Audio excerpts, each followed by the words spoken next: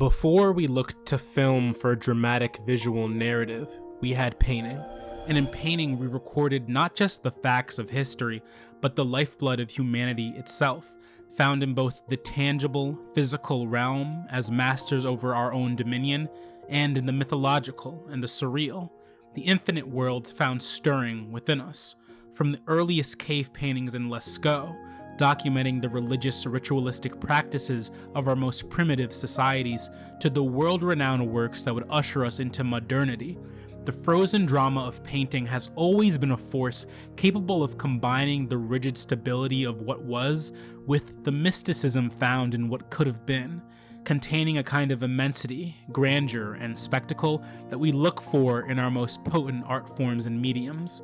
We live in a world, after all, progressed by the tension between what is factual and what is fictional, between dazzling photorealistic accuracy steeped in historical documentation and the imaginative expanse found in the provocateurs and singular minds of artistic genius.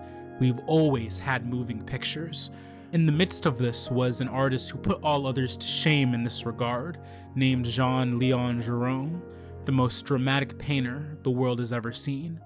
Born in Vesoul, France in 1824, he's best known for his historical and mythological compositions. His works are painstaking melodrama brought to life in vivid neoclassic detail. His greatest quality as an artist might just be his theatricality, where his scenes depicting historical narratives are portrayed with all manner of grandness and immensity. Their works we retroactively view as cinematic, half a century before cinema's long-reaching artistic power came into being. He'd moved to Paris at age 16 to study under Paul Delaroche, where he'd continue to refine his dramatic style in the classical tradition, painting from plaster casts in the morning and plein air in the evenings. He'd usher himself into the public consciousness with this work, Young Greeks Attending a Cockfight, a coalescence of all the thematic ideals and technical skills he'd become known for. From adherence to classic motifs and photorealism anchored in historical record, to his focus on the drama of human interaction and interplay, found in subtle romantic forms and frozen implied action. It's work where his neoclassical influences are most reflected. His smooth academic style can't help but remind us of David or Kaufman. It's also work that would propel him into the leadership of the Neo-Grecs, a group of young, brash artists who shared a house on 27 de Fleuris in Paris, which quickly became the meeting place for various friends and artists, relishing in this neoclassical revival, while looking towards seeking more joyous themes than their classic forefathers. And it's here where his skill at reframing the classic through a modern photocinematic lens would flourish into maturity, as he sought to produce a different level of drama that transformed how we conceptualized the dramatic itself. Works like this one, The Death of Caesar. Its drama is made obvious through both its title and historical allusions, but what's not obvious is the framing Gérôme chooses in order to highlight what he finds most profound about this event, in this case its expansiveness.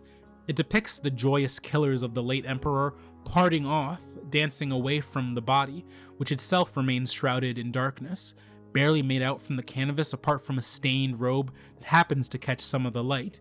It's a piece that blends the lines between reality and fantasy, where this work, while grounded in realistic staging and classical Roman interiors, is narratively driven by fanciful impulses, where the drama of the event takes greater precedence over some notion of historical accuracy. And like many of Gérôme's other works, the subject of the piece is called into question through his wide, all-encompassing framing. The named subject of the piece isn't front and center, as the drama of the story would suggest, but instead cast to the side, almost an afterthought in his own narrative. Caesar's death is made secondary to the action of his conspirators, who Gérôme bathes in a light of prominence, almost celebrating their triumph. To the victor goes the spoils. It's through this distinction that the subject of the painting becomes almost the work as a whole, something identifiable in just how wide a POV Gérôme gives us access to here. We're not thrown into the midst of the event to experience it, but rather we're positioned a bit further back, watching it. We're forced to take in the totality of the spectacle as a viewer, Unlike another piece also titled The Death of Caesar, made by Vincenzo Camucci in 1806, adorned in similar neoclassical tradition with beautiful idealized lighting, staging, and a central focus on the action in the middle of the frame right before the decisive moment, in Jerome's work that decisive moment has already passed, and he finds drama not in the action, but in the expanse, not in the seat of maximum narrative charge, but in the aftermath. It's here the heavy-weighted drama of the scene doesn't pull us further into it as if we were there, but instead pushes us further away, forcing us to contend with a single, unshakable role he's ordained us with, as watchers, viewers, and helpless spectators, a feeling that somehow heightens the cinematic drama tenfold. He'd explore this audience-subject relationship further in the execution of Marshal Ney, where his lively imagination continues to be one that upends our expectations of celebratory historical depictions. His latest victim here is Michael Ney, one of Napoleon's most brave and loyal generals, who after being convicted of treason by the government after the Battle of Waterloo was sent to be executed by firing squad. And just like in The Death of Caesar, Jerome challenges convention by choosing deliberately to not focus on the decisive moment of drama, spectacle, and intrigue, but on the sobering reality of its aftermath. There's no celebration or excess, as is often found in the idealized works of history that championed great men and their actions of conquest, force, and masculine bravado at work. Instead, the subject's fate is rendered in all of its brutality and plainness. There's a matter-of-factness found in his death. It's a scene that unidealizes the event, as we're forced to contemplate the aftershocks of the moment, sit in the anguish of death, ruminate in the stench of it. It's like we're waiting for a close-up, or for Jerome to cut away to the next scene, a scene that will never come. For Jerome, historical painting was a genre as malleable and subjective as mythological painting, and drama was a framework that showcased the artist's power not to retell, but to transform human perception and understanding. Where historical painting was often known for these grand heroic depictions of singular powerful leaders, his paintings instead chose to undress those figures and their history through a lens whose shocking value came not through bringing us closer to some kind of factual historical truth, but an emotional one. It's for this reason his work stirred the ire of historians and cultural critics alike, some calling him a perverter of the historical for his scenes subduing the impact and prowess of the powerful men of history, some calling him an orientalist and sensationalist for his exotic portraits of the Middle East that often sought to titilize rather than humanize his foreign subjects. Some saw him as a curmudgeon for his disdain over the younger generation of impressionists that would succeed him, seeing their work as unskilled and incompetent compared to his own neoclassical technical skill and mastery. All of these criticisms come to light in another one of his most famous works, The Truth Coming Out of Her Well to Shame Mankind. Its title is a reframing of the phrase by Greek philosopher Democritus, "The truth lies at the bottom of the well."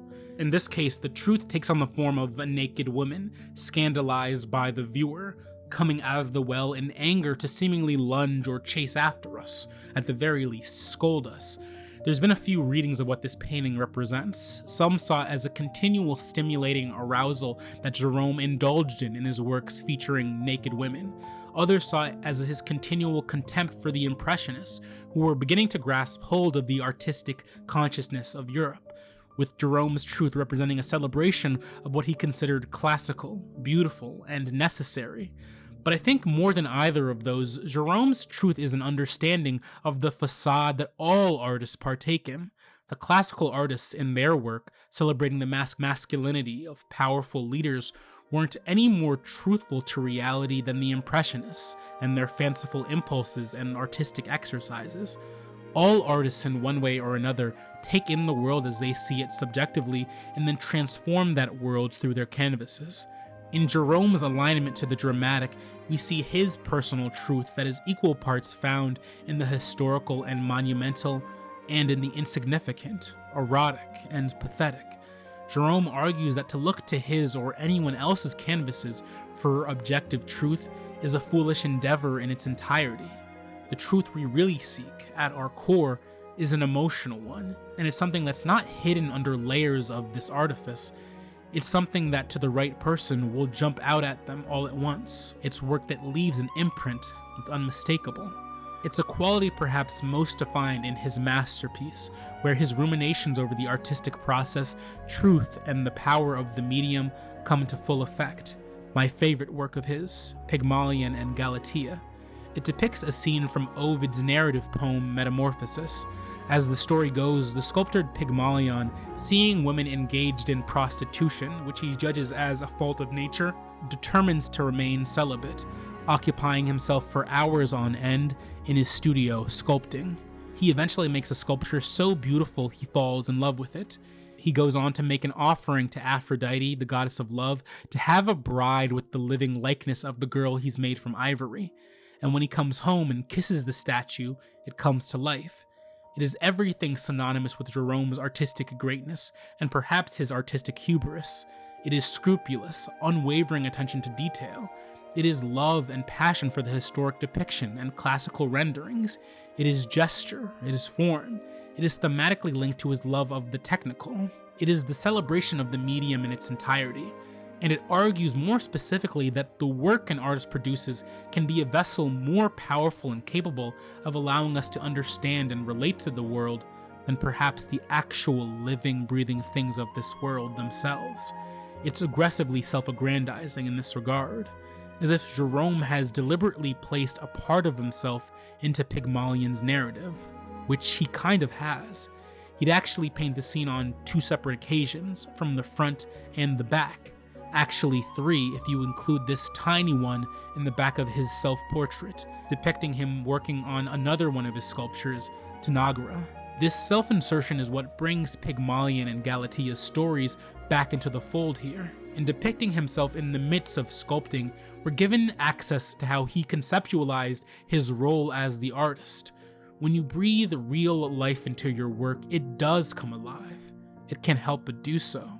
In the painstaking detail, in the recognizable, in the drama of reality, the firmament that separates the spiritual from the physical is destroyed, and Jerome's penchant for the photorealistic and dramatic served as more than a technical exercise or an overindulged romance he had for the classics.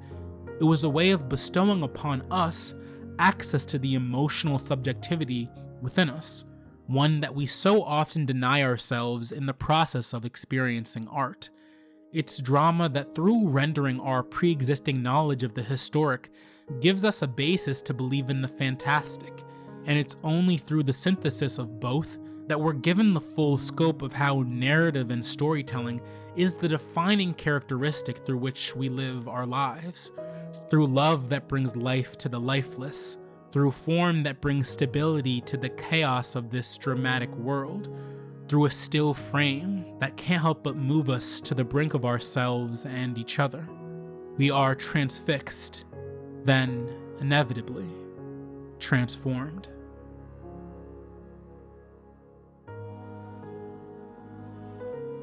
Mind Theater is a solo effort produced and written by me, Aoakingbade. For only $3 a month, you could support the show on Patreon. It really helps a lot. The link is in the description box below. Thanks for watching. I'll catch you next time.